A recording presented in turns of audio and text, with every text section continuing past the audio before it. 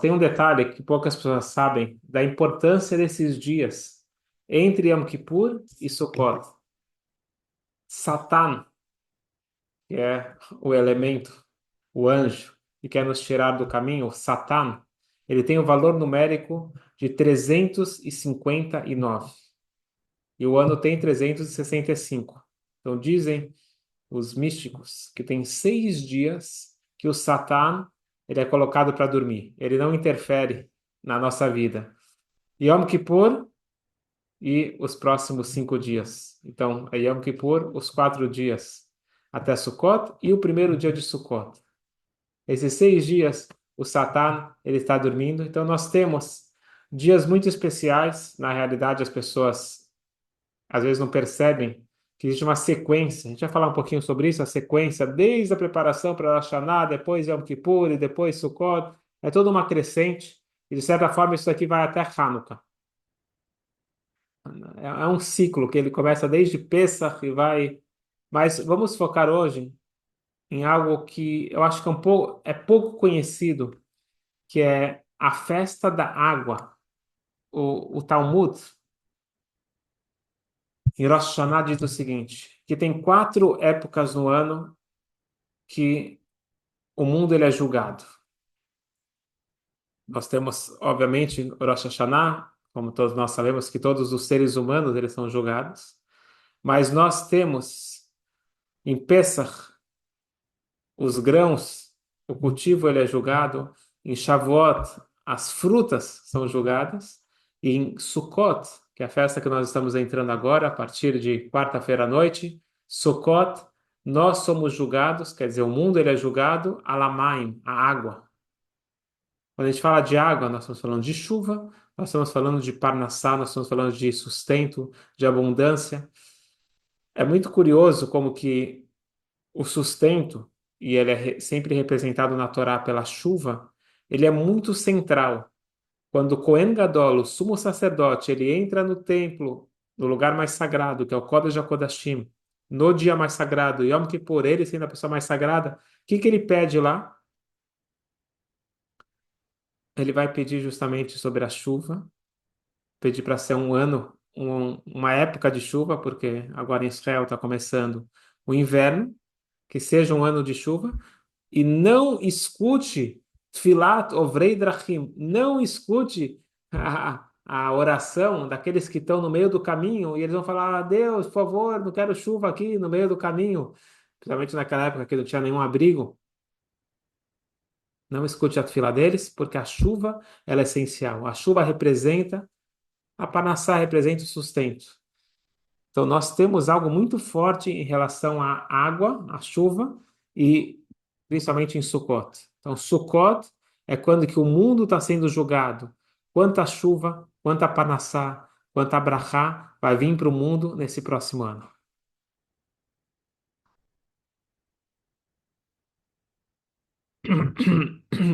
É curioso que tem quando a gente vai chegar no final de Sukkot, no oitavo dia, a gente vai fazer uma tefilá tagesh, a gente vai fazer uma tefilá pedindo por chuva. E lá a gente fala uma coisa muito interessante. Ele fala: lembre daquele homem que fez 5 mergulhos no dia de Yom Kippur, que é o sumo sacerdote, que era o único que fazia o mergulho na água no dia de Yom Kippur. Lembre isso e não deixe de mandar água para nós. Então, nós temos uma questão da água que ela está ligada em vários momentos. Mas eu vou falar de uma cerimônia. Provavelmente vocês já ouviram falar um nome, mas vamos agora ver com mais detalhes uma cerimônia que se chama Nisuch Amayim. Na época do templo, isso é muito importante a gente entender, porque tem importância para a água, para a chuva, para as brachot que vão vir. Na época do templo, todo dia você tinha a oferenda de Tamid. Tamid significa sempre, porque era a oferenda que todo dia abria e fechava o serviço no templo. Hoje em dia, que nós não temos o templo, nós temos então a oração da manhã, que é chamada Shacharit, e nós temos a oração da tarde, que é Mincha, e é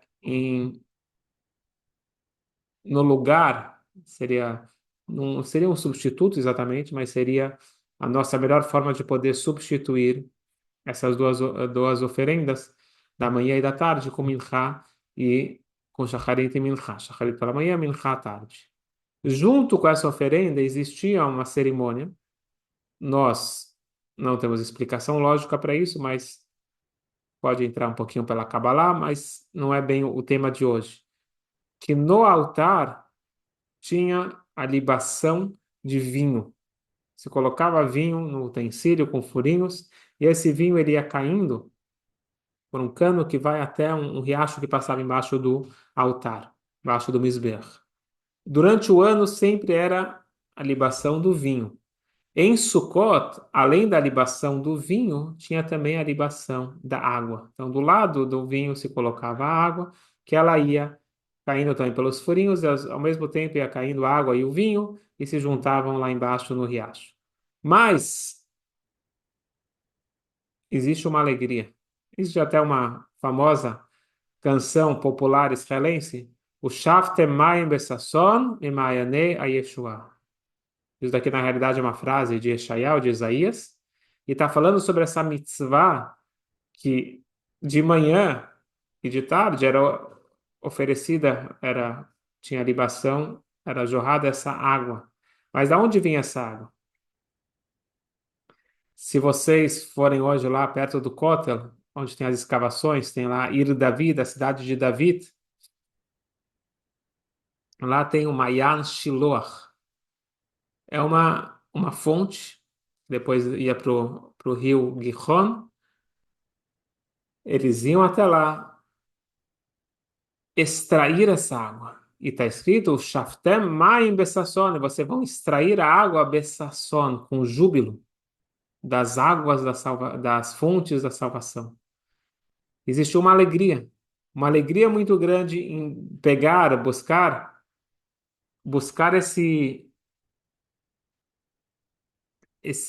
essa água nesse rio. E depois eles carregavam até o Beit HaMikdash. Quando eles chegavam lá no portão do templo, aí eles tocavam o Hatzrotzrot, são as trombetas, o shofar. E aí era toda uma alegria e levar essa água até a rampa do Mizbeach e toda a espiritualidade que estava por trás disso.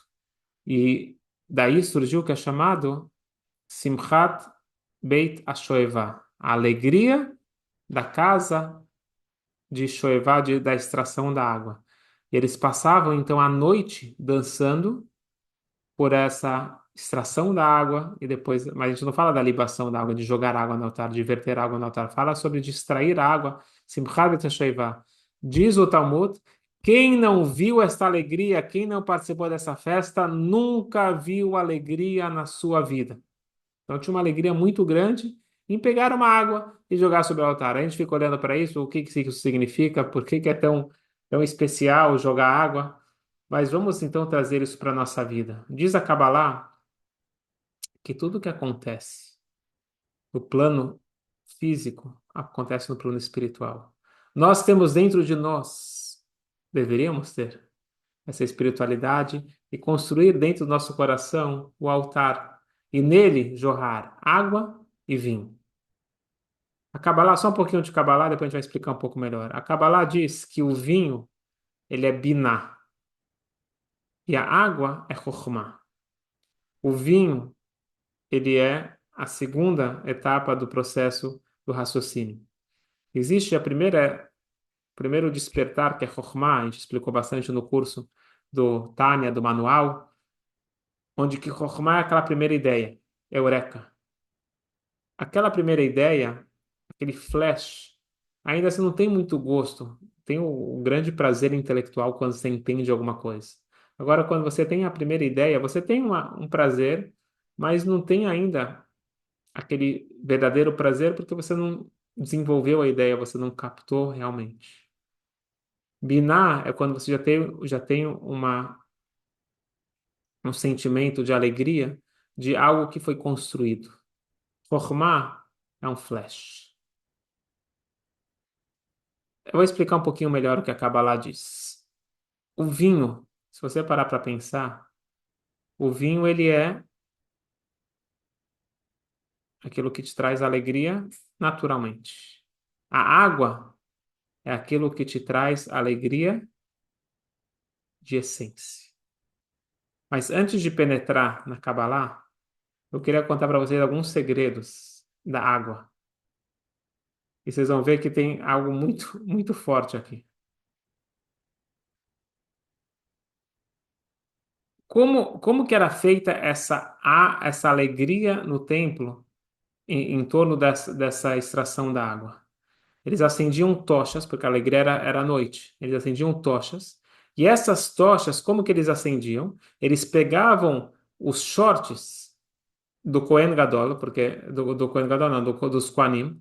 Todo Kohen tinha as quatro roupas especiais que ele usava. Uma delas eram shorts, depois tinha uma túnica por cima, mas ele tinha os shorts, ele era usado, de certa forma, era a cueca da época. E as roupas do Beit HaMikdash, elas eram usadas dentro do templo, e depois que elas ficavam já usadas e eram substituídas por outras, então você não jogava isso no lixo. Ela era usada para uma outra mitzvah. O que que eles faziam? Eles pegavam justamente esses shorts e eles se tornavam o pavio para acender essas tochas. Vocês vão ver que nada é por acaso. Eu queria falar alguns elementos da água, depois eu vou conectar tudo. Prestem atenção. Parece que não está conectado os assuntos, mas são todos conectados. Quando que o mundo chegou numa decadência moral e ética tal que precisava de uma destruição, de um reset, Deus ele mandou o dilúvio. E a grande pergunta é por que ele destruiu o mundo com água e não com fogo ou com qualquer outra coisa? Na verdade, para destruir o mundo, Deus ele não precisa destruir, só parar de criar. Por que que foi justamente essa grande piscina, esse grande dilúvio? E aí vai entrar mais um detalhe. Essa geração do dilúvio, diz o Zohar, era a geração que deveria receber a Torá. Só que eles não fizeram por onde, eles pecaram, então eles perderam de receber a Torá. Eu vou falar vários assuntos, prestem atenção, está tudo conectado. Quando o povo judeu sai do Egito, eles precisam passar pelo mar. Os egípcios estão atrás, eles precisam passar pelo mar, e de repente, Moshe Rabbeinu, ele pede para o mar abrir, e o mar não abre. Assim dizem nossos sábios no Midrash. Qual foi o momento que o mar se abriu? Quando o mar ele viu que Moshe Rabbeinu, na verdade ele já tinha passado para um grupo que estava carregando o caixão de Yosef. Então Yosef ele faleceu lá no Egito, mas ele pediu para quando sair do Egito que ele fosse levado para Israel. Então estava carregando o caixão do Egito. Quando o caixão do Egito chegou, quando a gente fala o rio, o mar, na verdade está falando do anjo responsável. Então quando o mar ele viu o caixão de Yosef, ele abriu. Ayamra Havaianos, está escrito na Torá que o mar ele viu e ele fugiu. Quer dizer que ele fugiu, ele se abriu. Diz o Midrash, por que que ele se abriu? Porque o caixão de Yosef, ele falou, Yosef foi aquele que fugiu e deixou a roupa na mão dela. Já que ele fugiu, eu vou também fugir, eu vou abrir o mar. Eu só explicando aqui um pouquinho, a, a esposa do patrão de Yosef, quando ele foi vendido pelos irmãos, ele foi parar como escravo. A Eshet Potifar, a esposa de Potifar, queria seduzir Yosef. Yosef quase caiu na tentação, mas no último instante está escrito que ele fugiu e a moça acabou ficando com a túnica dele, com a roupa dele na mão, e ele saiu correndo, fugindo, para conseguir não cair no pecado. Quando o mar ele viu, este é o homem que saiu, que fugiu, vocês merecem que eu abra o mar. O que está por trás de tudo isso? Então vamos entrar um pouquinho, o que a Kabbalah fala. Tem o Rav Chaim Vital, ele tem um livro chamado Sharei Kedushá, que é os portões da santidade. Tudo no mundo ele é formado de quatro elementos. A nossa alma animal também tem quatro elementos, que é o fogo, terra, ar e água. O que que representa a água? A gente vai falar de todos hoje, a gente falou sobre isso no curso de Tânia. A água, está escrito que a Mai Matzmichim Kol Minei Tanuk, que a água, ela faz brotar os prazeres mundanos. Então, a comida, a bebida, as coisas dependem da água. Aí, quando a gente fala de piscina, de banho, praia, então a água, ela está ligada com deleite, com prazer. A perversão do prazer do elemento água, diz o Rav Chaim Vital, são dois.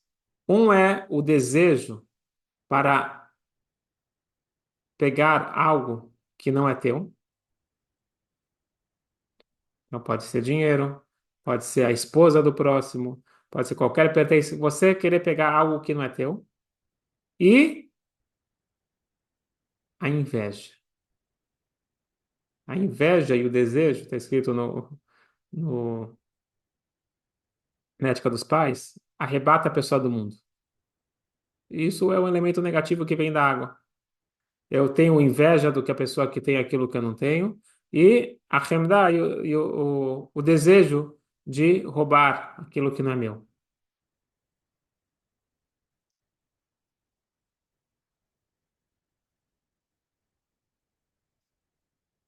E aqui tem uma coisa forte que ele fala: por que que o prazer da mulher proibida, ou do homem proibido, o prazer do desejo proibido, ele é muito mais forte? Então, existe uma frase que diz o seguinte: Maim genovim imtaku, que águas roubadas são mais doces. Isso é uma questão espiritual que ficou que quando o templo foi destruído, é dito que foi diminuído o prazer das relações sexuais. E ficou muito forte o prazer do ato proibido, que é chamado as águas roubadas. E você começa a ver a questão de água, porque quando existe uma suspeita que a mulher traiu o marido, na época do templo, existia um teste que era um um texto, um pergaminho, que ele era apagado dentro da água e a mulher tinha que tomar essa água. Então a gente vê que tem uma questão aqui muito forte da água. Estou tentando conectar tudo, espero que fique claro. Vamos voltar então agora para a geração do dilúvio. Por que que foi realmente o dilúvio com água e não foi outra forma? Porque é dito que o grande problema deles eram as relações proibidas. Então, já que eles perverteram através do elemento água, eles foram também é, a consequência foi que eles morreram através da água. E por isso que foi só os animais, inclusive, também perverteram. Dito que tinha relações proibidas entre outras espécies dos animais. Os peixes não perverteram e por isso os peixes eles sobreviveram ao dilúvio. E na verdade, quem entrou na arca de Noé era só só os animais que não perverteram. Então, aqueles que perverteram, a própria arca não deixava eles entrarem. Ele tinha um raio-x espiritual. E agora a gente vai entender por que que o mar ele não abre para um ser humano. O mar ele só abre para um ser humano que controla o seu elemento água. Quem foi que controlou o seu elemento água? Foi Yosef. Yosef era um jovem de 17 anos. A mãe já tinha falecido. Os irmãos venderam ele. Ele estava longe de tudo e de todos.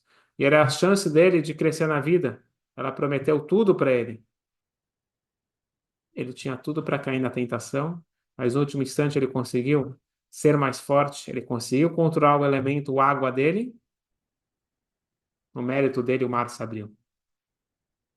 E assim funciona. Aquele que controla o seu elemento água, ele tem domínio sobre o mundo. Sukkot é a festa que traz o tikkun, que traz a retificação para a água, para o elemento água negativo. O que que acontece em Sukkot? Então, normalmente, novamente, a gente está falando de Israel, está falando do hemisfério norte. No hemisfério norte, Esse é o momento onde a pessoa ele colhe finalmente tudo que ele plantou. Na época agrícola, então é o momento, seria, vamos chamar assim, o fim do ano, onde ele tem. Agora ele está com dinheiro, ele está agora se sentindo dono do mundo. Quando a pessoa está em dificuldades, então é mais difícil ele ter esse sentimento que ele agora faz o que ele bem quiser. Agora, quando a pessoa juntou tudo que ele trabalhou durante o ano todo e realmente agora ele está com, com dinheiro na conta, é mais possível que ele vai buscar a perversão do elemento água. Chega a Sukkot, a gente fala, vai buscar água. Agora, que água a gente vai pegar? Pegar água mais pura e jogar sobre o altar. É o momento de você pegar a água, a gente sabe que é a origem de todos os prazeres, e colocar isso no altar, colocar isso no lugar sagrado, transformar aquilo em algo de elevação. E por isso que os shorts, que é bem próximo, é o que protege o Brit, é aquilo que é usado agora para se transformar no pavio para acender as tochas. E agora a gente vai entender uma coisa interessante. Lá nessa festa no templo, não era qualquer um que podia dançar, não. Todo mundo podia assistir, mas quem estava lá na frente dançando, está escrito que são as pessoas elevadas. Aquelas pessoas que tinham controle sobre o seu brit, sobre o elemento água, essas são as pessoas que dançavam e tinham alegria pura que irradiava para todo mundo. Como eu disse, era uma alegria enorme para todo mundo, mas para poder dançar lá na frente, para poder ser a inspiração, tem que ser uma pessoa que realmente tem um controle sobre seu elemento água. E o que nos protege de tudo isso, agora na prática, hoje, que infelizmente nós não temos o tempo, é entrar embaixo da sucá. É dito que a sombra, Sila de Minuta, é chamada sombra da Emuná. Tem mais um detalhe também. A sucá ela é igual à arca de Noé, que protege das águas ruins. Então, quem estava dentro da arca de Noé estava num oásis protegido. Quem está dentro da sucá, ele está protegido. Como diz a Kabbalah, que é um abraço divino. Depois de Rosh Hashanah, Yom Kippur, a gente está sendo abraçado. E a grande receita para eu me livrar das águas negativas é me conectar com a fonte positiva da água, que em Maim ela Torá, é o estudo da Torá. Então, resumindo, nós estamos chegando agora na festa da água, a festa onde nós precisamos nos afastar das águas negativas, entrar dentro da água pura, e isso vai trazer a verdadeira alegria. Mas ainda não ficou claro por que justamente a água traz a verdadeira alegria e não o vinho. Eu diz a Kabbalah que o vinho é alegria natural. Se você tomar álcool e ficar alegre, isso daqui é uma consequência natural. Agora, você tomar água, quer dizer, você está feliz com o teu dia a dia, não precisar de nada que te traga, nada de fora que te traga alegria, essa alegria plena, a alegria verdadeira. Espiritualmente falando, diz a Kabbalah, quando eu estou feliz porque algo de bom aconteceu comigo, ou porque eu paro e penso, olha que oportunidade eu tenho de estar vivo. Deus está me dando cada dia uma oportunidade, uma alegria, oportunidade de estar conectado com Ele, oportunidade de estar junto nessa missão de transformar o mundo. Essa é uma alegria lógica, é a alegria do vinho. Agora eu estar vivendo, respirando e feliz, pleno, tranquilo, sereno, bem comigo mesmo, bem com o mundo, simplesmente por estar vivo. Isso é um nível muito elevado. E esse é o nível que a gente ganha em Sukkot. Sukkot é quando a gente enche a mala de alegria para o ano todo. É o momento de encher o nosso reservatório de alegria. Cada festa tem a sua energia. Sukkot é energia de alegria. E vai numa crescente. Depois de Shmini Atzeret, Simchat Torah, a gente está numa crescente de alegria. Começando então com essa quarta-feira à noite. É o momento de nós entrarmos na Sukkah, comer no açúcar, conversar no açúcar, tudo é feito dentro da açúcar e principalmente a mitzvah de balançar as quatro espécies. Então, a gente balança as quatro espécies todos os dias de Sukkot, exceto o Shabat. Então, desde quinta-feira até a próxima, essa quinta-feira, até a próxima quarta-feira, todos os dias de Sukkot, Durante o dia, a gente balança as quatro espécies, desde o nascer do sol até o pôr do sol, e a gente come na sucá todos os dias, de noite e de dia. Diz a Kabbalah que toda a energia que foi captada e foi atraída durante Rosh Hashanah e Yom Kippur, através de introspecção, através de orações, elas são captadas agora através da alegria e da dança. Esse é o momento. A gente sabe que o schach, a cobertura da sukkah, o valor numérico de schach é 100. Tem a ver com 100 toques do shofar. Diz a Kabbalah mais, que a cobertura da sukkah, o schach, ele é formado pela energia da nuvem que se forma lá dentro do Santo dos Santos no dia de Yom Kippur, quando o sumo sacerdote ele entra e faz o incenso. Tem uma conexão muito forte. Rosh Hashanah e Yom Kippur, nós construímos muita coisa. E agora é a hora de trazer e materializar isso. Porque agora não é hora de ficar rezando e chorando e suplicando como Rosh Hashanah e Yom Kippur. Agora é hora de alegria e dentro da nossa realidade. Porque agora comer virou uma mitzvah, se eu estou dentro da açúcar. Dormir, conversar, tudo, trabalhar, tudo que eu faço agora dentro da Sukkah, as minhas atividades do dia a dia, elas se tornam uma mitzvah, se tornam uma oportunidade de conexão. Portanto, vamos retificar a nossa água negativa e com isso trazer a verdadeira água positiva, que todo mundo possa ter muita panassá, muita brachá, como nós falamos que a água é o sinal de chuva, que é o sinal de panassá, e todos nós queremos. Esse é o momento de pegar as espécies que crescem na água. A gente tem a ideia de Sheivat Hamayim, a extração da água espiritual, que é buscar dentro de nós aquela alegria plena, sem lógica, sem entendimento. É uma alegria simplesmente por estar vivo, estar conectado, e que a gente possa pegar realmente muita alegria, muita brachá de sustento, de panassá, de riqueza e, principalmente, que traga a paz. A Sukkah é o símbolo da paz, Sukkot Shlomecha, uma Sukkah de paz, ela representa a união, que a gente possa ter a verdadeira união, a verdadeira paz, que seja muito em breve a vinda de Mashiach. Amém. Chag Sameach para todos e que nós possamos nos encontrar em alegrias.